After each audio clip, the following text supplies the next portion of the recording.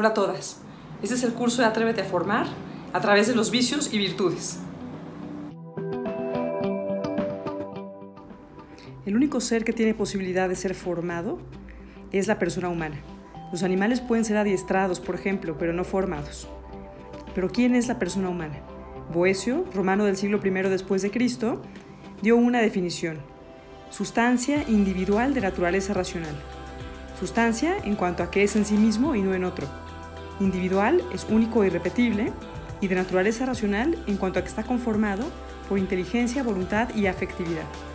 Pero esa sería la definición de una persona desde el punto de vista de su realidad de ser individual. A la par, el ser humano es un ser con los otros, es un ser abierto al otro, a los demás. Por eso es que, a la vez que tiene una realidad individual, tiene también una realidad social. El ser humano también es un ser social por naturaleza. El ser humano está conformado por dos dimensiones. Una es la dimensión espiritual y otra es la dimensión corporal. Cuerpo y espíritu son su realidad y ambas son igualmente importantes. Del mismo modo, tanto la inteligencia como la afectividad y la voluntad son igualmente importantes. No hay una que sea superior frente a la otra. Pensemos que la inteligencia es el escenario de las buenas ideas, de las buenas intenciones, pero si yo no tengo una afectividad y una voluntad que me lleven a realmente alcanzar, lograr y hacer esas buenas intenciones, entonces de nada me sirve. Dicen por ahí que el infierno está lleno de personas con buenas intenciones.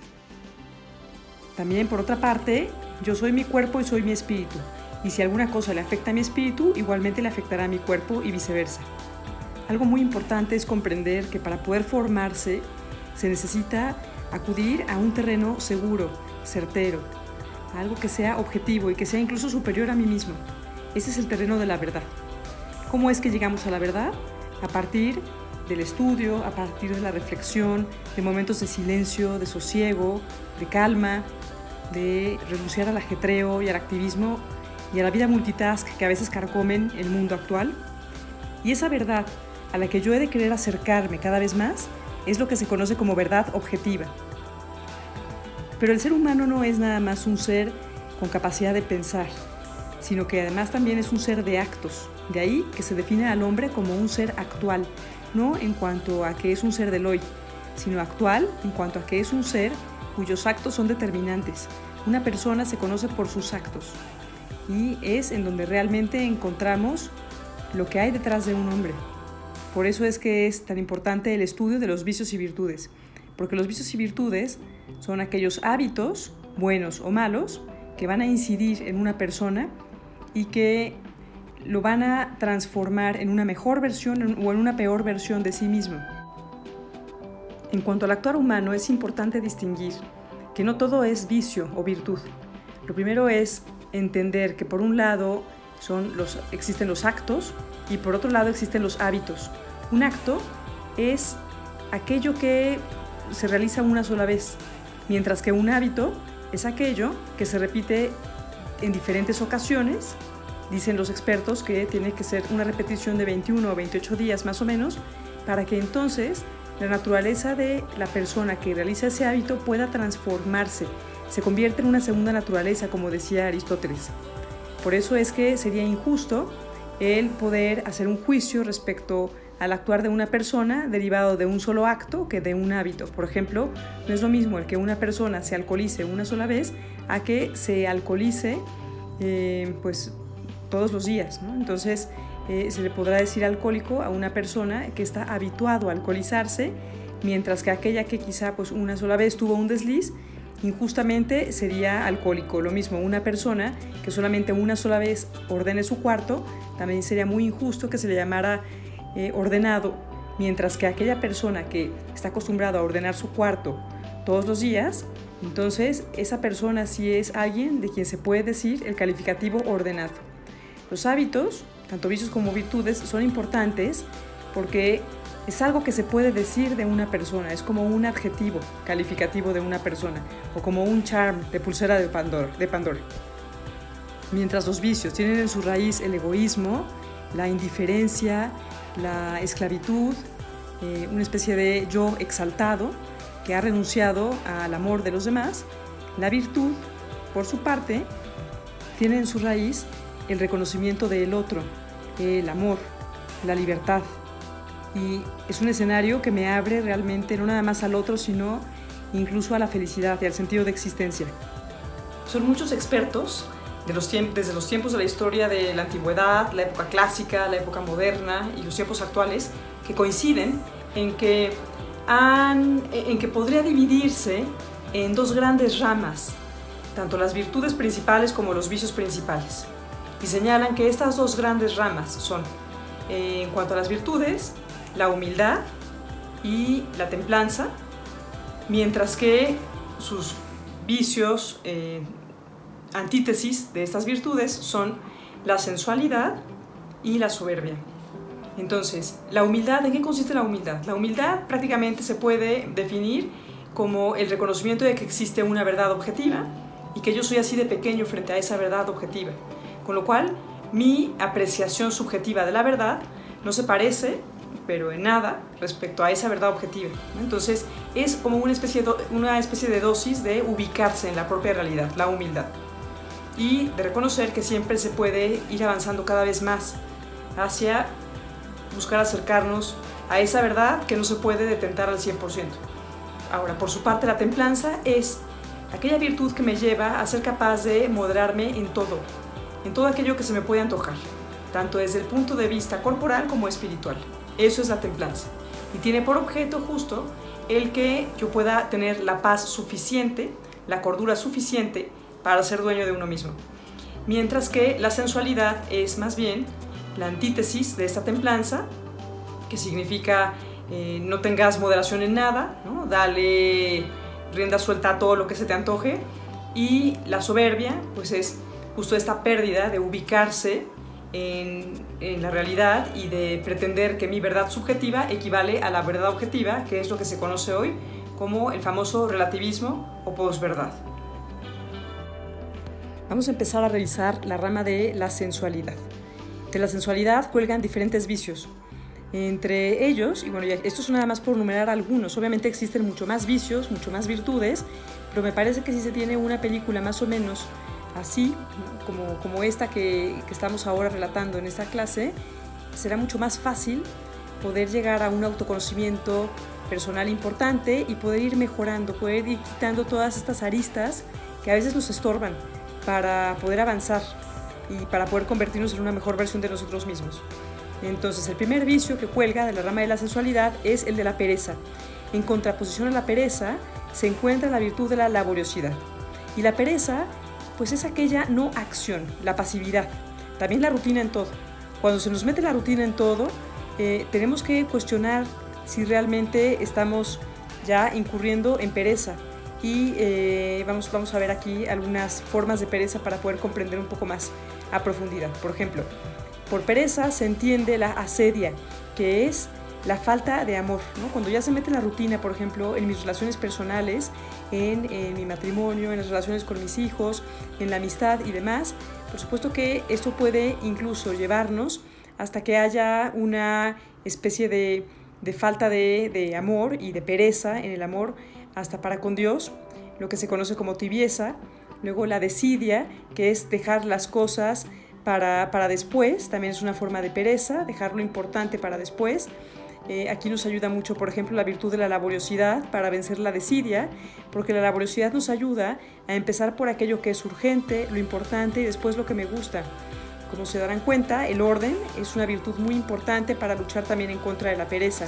Después la negligencia, que la negligencia finalmente es la falta de cuidado en las situaciones. Por ejemplo, cuando por negligencia, pues, por ejemplo, un doctor no le da una medicina a una persona que le era conveniente, o cuando, por ejemplo, pues, a un abogado se le pasa por no haber checado con probidad la agenda y se le pasa un término, por ejemplo, para presentar un amparo, ¿no? O, por ejemplo, tener un adolescente y no tomar cursos acerca de lo que es un adolescente, por ejemplo, no enterarse, no informarse acerca de lo que es el adolescente. O sea, todas estas son formas de negligencia.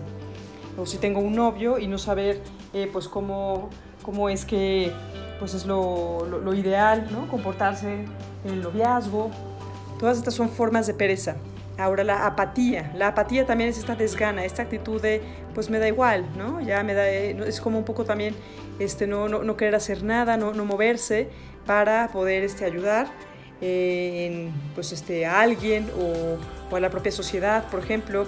Luego, el miedo también es una forma de pereza cuando me paraliza, ¿no? O sea, hay miedos que por supuesto que sí nos ayudan, que son convenientes, pero hay miedos que son mucho más allá de lo normal, de lo lógico, del sentido común, y que entonces más bien nos llevan a no actuar, ¿no? Por ejemplo, cuando pues, las personas no quieren casarse por miedo a fracasar, por ejemplo, ¿no? La resignación, también como pues ya ni modo, este niño ya no tiene remedio, este muchacho no hay forma de ayudarle a que cambie.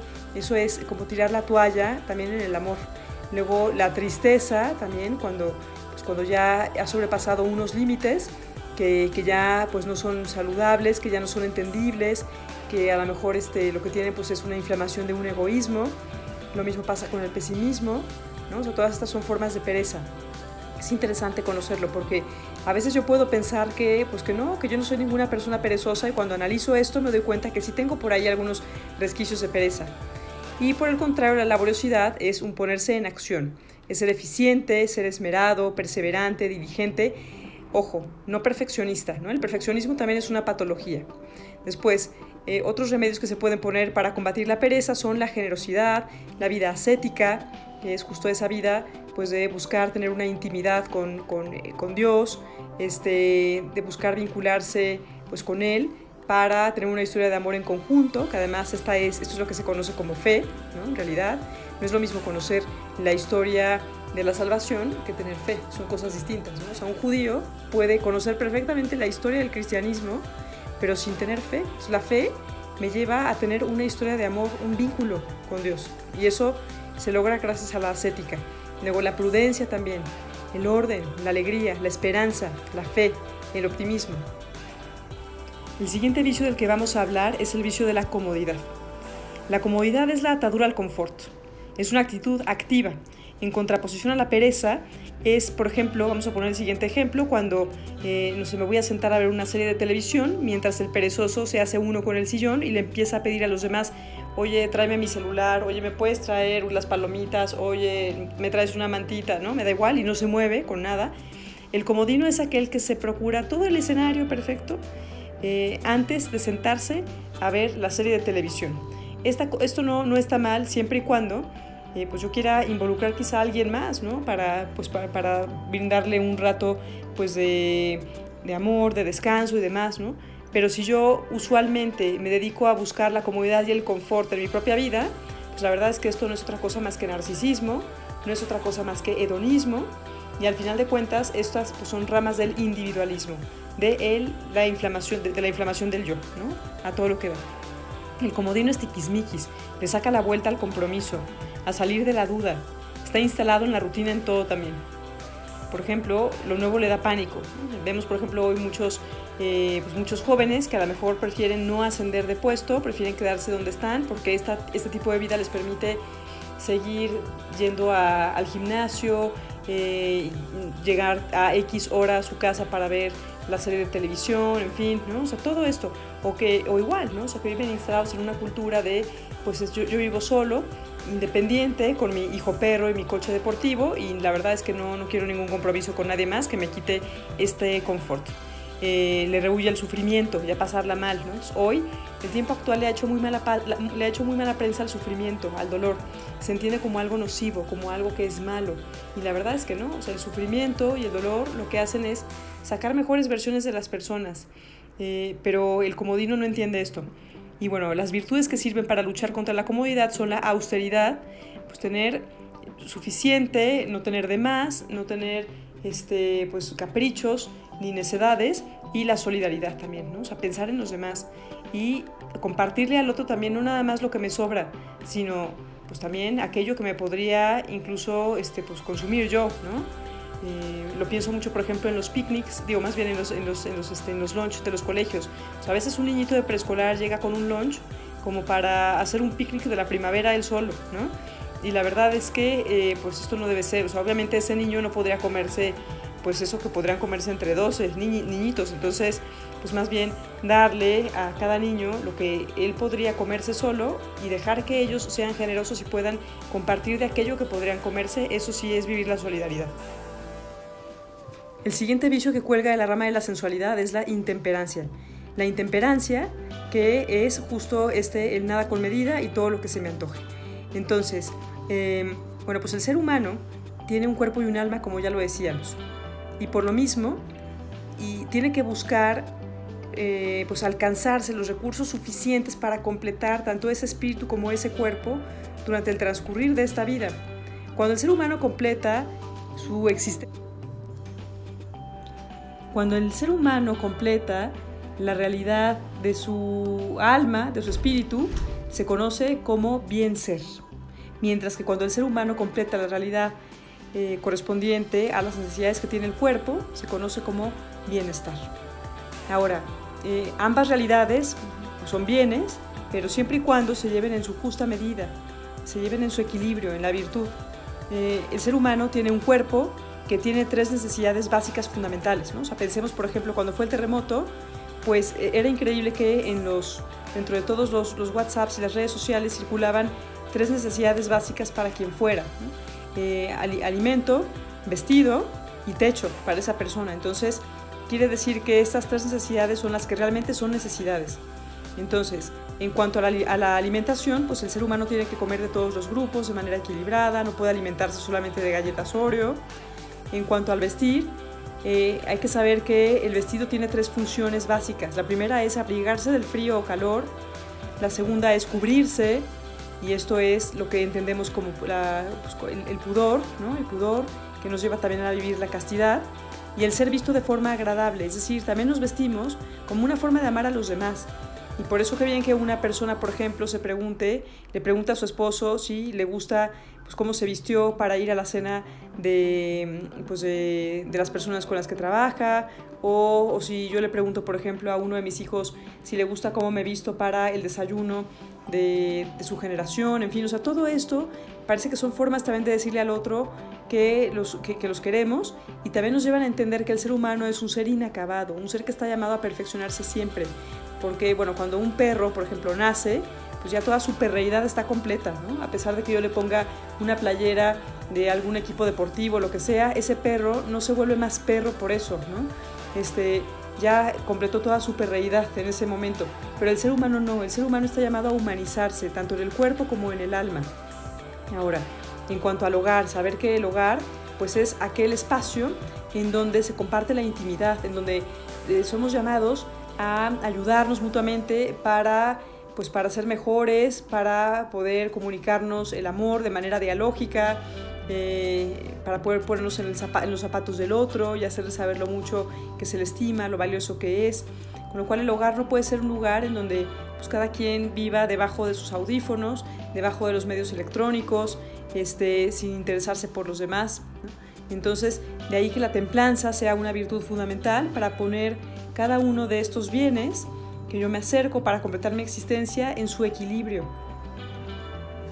El siguiente vicio de la rama de la sensualidad es el de la avaricia. La avaricia es un afán desordenado de acumular bienes, pero no nada más bienes, también puede ser atenciones, o puede ser poder, por ejemplo. Todo esto que alimenta más o menos el ego, ¿no? O sea, pareciera que también tiene una relación con la vanidad, como lo veremos un poquito más adelante. Todo esto es una cuestión de avaricia, el afán de acumular. Es un afán de poseer, además, ¿no? O sea, a veces ni siquiera tanto para usar o gozar, sino por poseer. Y bueno, la virtud que puede ayudar a contrarrestar la avaricia es la generosidad. Enseñar a compartir, que no es lo mismo que dar lo que te sobra, como decíamos justo hace rato. Y bueno, también hay que saber que justo esta acumulación desproporcionada de bienes a veces lo que hace es ofuscar la razón, ofusca la afectividad, ¿no? O sea, a veces llega a pasar incluso que los niños, por ejemplo, no saben ni a qué jugar porque a lo mejor el cuarto se desborda de juguetes, ¿no? Entonces, saber que las casas no son bodegas para acumular cosas, sino que más bien pues son, como ya decíamos, para compartir ese diálogo y ese amor entre las personas. Y bueno, creo que además todo esto es es hijo del capitalismo de ultra en el que vivimos hoy por hoy, que ha despertado el consumismo a más no poder, y en donde además el escenario no nada más es de consumir aquellos bienes que puedo utilizar, sino ya también llegamos al plano de consumir necedades, ¿no? O sea, cuántas tiendas, por ejemplo, se dedican a vender pues cosas que son necedades, que ni siquiera es que nos hacen falta. El siguiente vicio que cuelga el arma de la sensualidad es la lujuria. Bueno, para esto me parece que sirve mucho esta gráfica que tenemos aquí. Es bastante pedagógico, que para aquellas cosas que son importantes en la vida, para efectos de formar, tengamos muy claro pues las dos tonalidades básicas que existen, ¿no? El blanco y negro. De esta forma tenemos que pues una columna que es la del ser y otra que es la del no ser.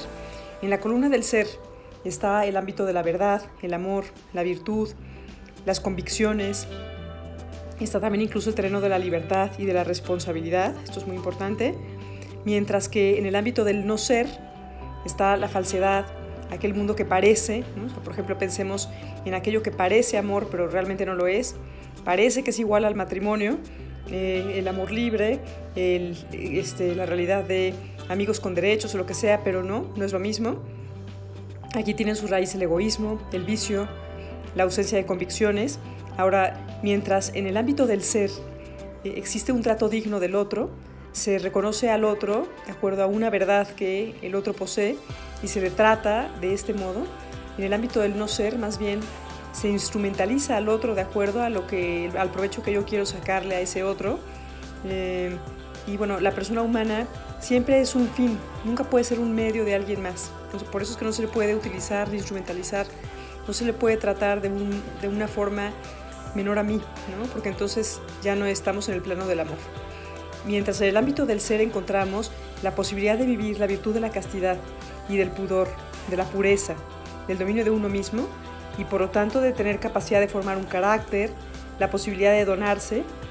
En el ámbito de la lujuria tenemos que no existe posibilidad de ser dueño de uno mismo, por lo tanto no existe posibilidad de forjar un carácter, y quien no tiene capacidad de este autodominio personal y que por lo tanto no tiene carácter, pues la verdad es que tampoco puede donarse a nadie.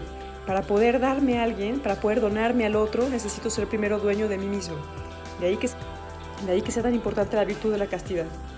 Y bueno, también la otra es que en el ámbito del ser encontramos lo que es la sexualidad.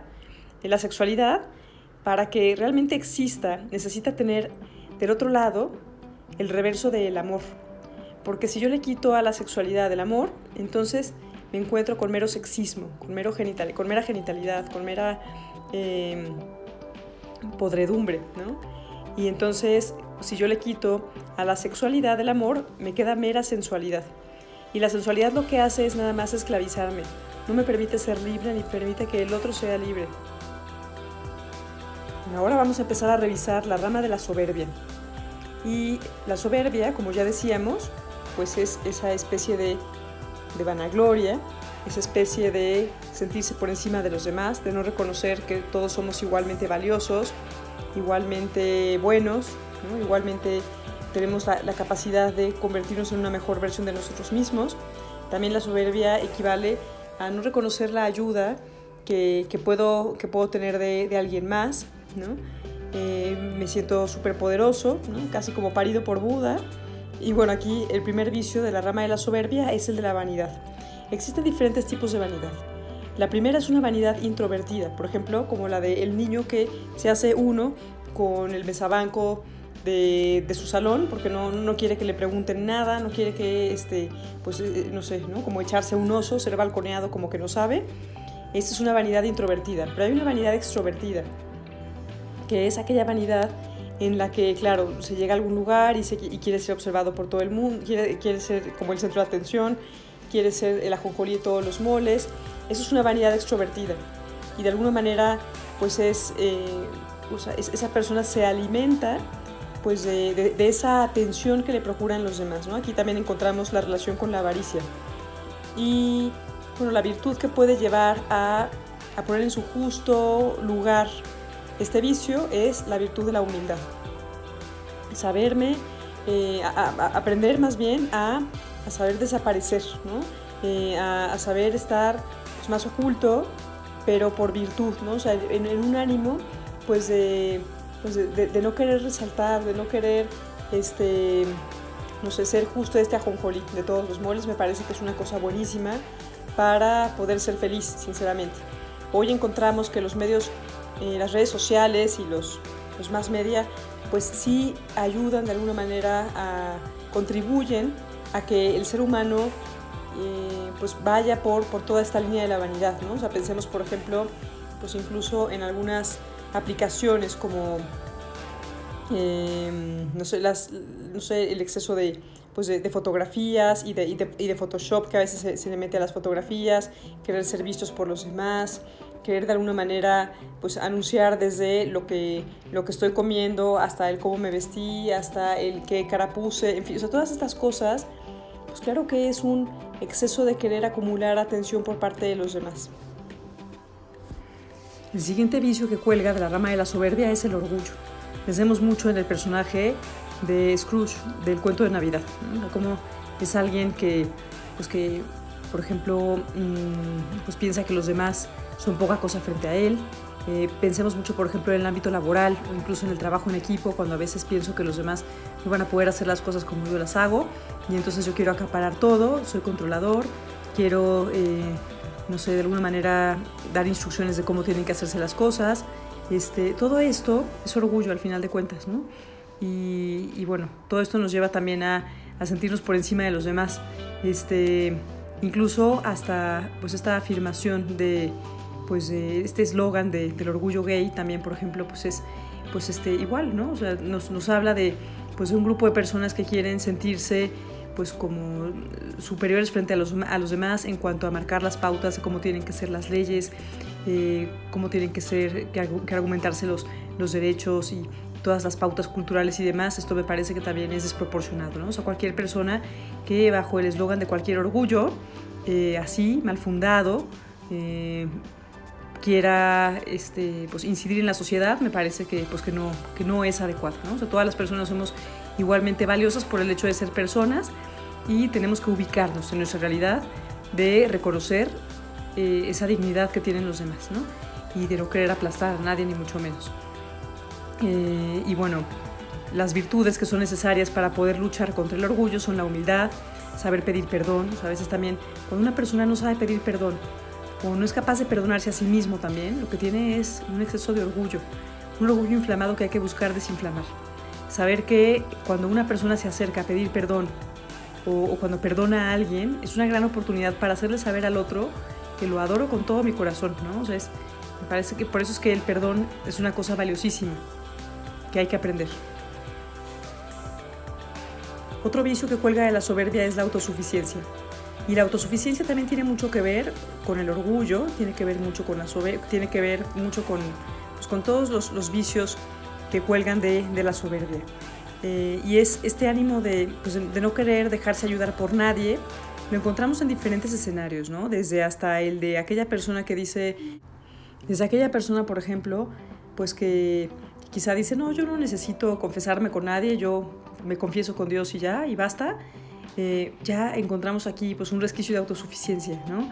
O yo no necesito que nadie me dé ninguna formación acerca de cómo he de educar a mis hijos adolescentes, o no necesito ninguna instrucción acerca de cosas así importantes por la vida, ¿no? Por ejemplo, hasta como, no sé, de aprender a manejar o no sé. Por supuesto que necesitamos ser ayudados, necesitamos ser instruidos en muchos ámbitos de nuestra vida y esto requiere humildad. Claro que es importante ganar autosuficiencia, es importante ganar independencia, pero pues no todo en esta vida es independencia, ¿no? Hasta el mismo Stephen Covey, en su libro de los 7 hábitos de la gente altamente efectiva, lo enseña.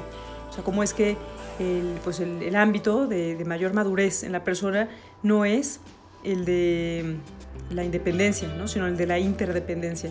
Ser independiente para aquello que es ser independiente, pero también pues necesitar de los demás en aquello que necesito de los demás. Entonces, aprender a trabajar en equipo, reconocer lo bueno de los demás, saber pedir ayuda, es una cosa buena para luchar en contra de la autosuficiencia. Y bueno, también esto es un vicio en el que pueden incurrir más los hombres, ¿no? Está más o menos relacionado a veces con la virilidad. ellos piensan, ¿no? Que en la medida en la que sean capaces de solventar las cosas por sí mismos, pues serán más viriles, ¿no? Es algo que incluso está instalado en la propia masculinidad y no está mal en su debida proporción, como decíamos, ¿no? Entonces, hay ciertas situaciones en las que qué bueno ser independiente, ser autosuficiente, pero hay otras en las que pues, se requiere una apertura al otro. El último vicio que nos queda por analizar el día de hoy es el de la rebeldía. La rebeldía es una cosa buena cuando se trata de una rebeldía con causa. Pensemos, por ejemplo, en aquella rebeldía de muchas personas que han luchado por la liberación de sus países, por la independencia, por la defensa de los derechos humanos, el derecho a la vida, por ejemplo, el derecho a, pues, ¿no? al respeto pues, de ciertas realidades que son importantísimas para la existencia del ser humano. Pero hay rebeldías sin causa, ¿no? O sea, rebeldías que la verdad es que más bien son necedades, rebeldías que más que liberarme me llevan a ser esclavo. Pienso, por ejemplo, pues en aquella rebeldía de una persona que ya debería de haber completado la madurez y que sigue diciendo blanco cuando ¿no? alguien con quien pues tiene por ahí algún tema afectivo que no ha sabido sacar adelante, dice negro. Entonces esto, por ejemplo, pues es una rebeldía sin causa, ¿no? O las de ciertos grupos también, no sé, pienso pues en los darketos, entre otro tipo de grupos en los que habría que analizar qué tanta rebeldía con causa hay de por medio. Por ejemplo, pienso, la rebeldía del adolescente es una rebeldía muy normal. Cuando el adolescente está en una posición de rebeldía, la verdad es que es una buena cosa, porque lo que está pasando es que ese adolescente está siendo consciente de que su realidad es distinta a la de sus papás, a la de sus profesores, a la de aquellas personas que lo han venido instruyendo y formando desde que nació. Y ahora lo que este adolescente quiere es, ya una vez que se ha dado cuenta de que es único, irrepetible y distinto a los demás, pues quiere ahora ser capaz de decir, pues yo quiero estas convicciones, quiero abrazarlas porque se me da la gana y no porque me sean impuestas o no porque se me hayan enseñado que así son de toda la vida, ¿no?